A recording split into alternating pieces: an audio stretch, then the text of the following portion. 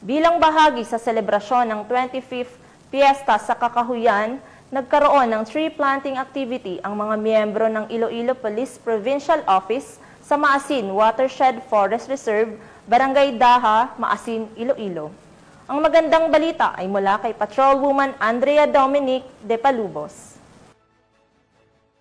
Patuloy ang hikain ng kapulisan na maging katuwang ng pamahalaan at mamamayan hindi lamang sa usapin ng seguridad kundi pati sa pangangalaga ng kalikasan.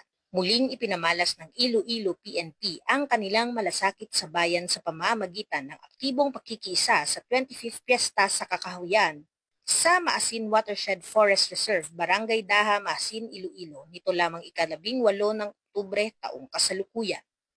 Pinangunahan ni Police Colonel Bayani M. Razalan, Provincial Director ng Iloilo Police Provincial Office, ang delegasyon ng mahigit 150 na pulis mula sa iba't ibang unit kabilang ang Police Regional Office 6, Iloilo Police Provincial Office, Regional Mobile Force Battalion 6, SWAT at mga kalapit na istasyon ng pulisya. Kasabay ng pagbibigay seguridad sa lugar, ang mga pulis ay nakiisa rin sa mismong pagtatanim ng mga punla sa nasabing lugar.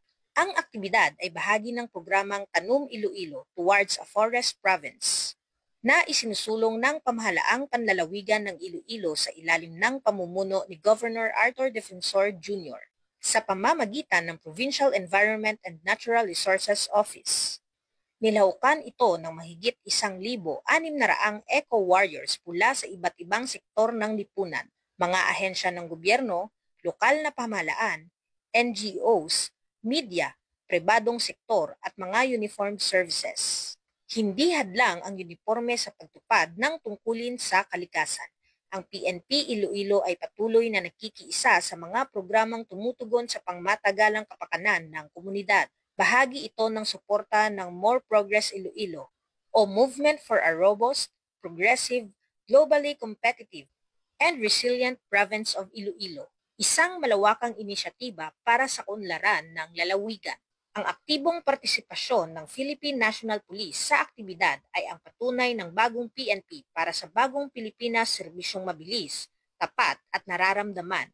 Hindi lamang nakikita sa mga checkpoint o presinto, kundi sa mga kabundukan, kagubatan at sa mga programang nagpapalalim ng malasakit at pagkakaisa.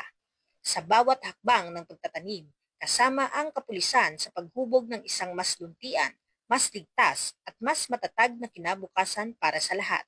Mula dito sa Police Regional Office 6, ako ang inyong Police News Network Correspondent, Patrolwoman Andrea Dominic de Palubos, alagad ng batas, tagataguyod ng balitang pulis.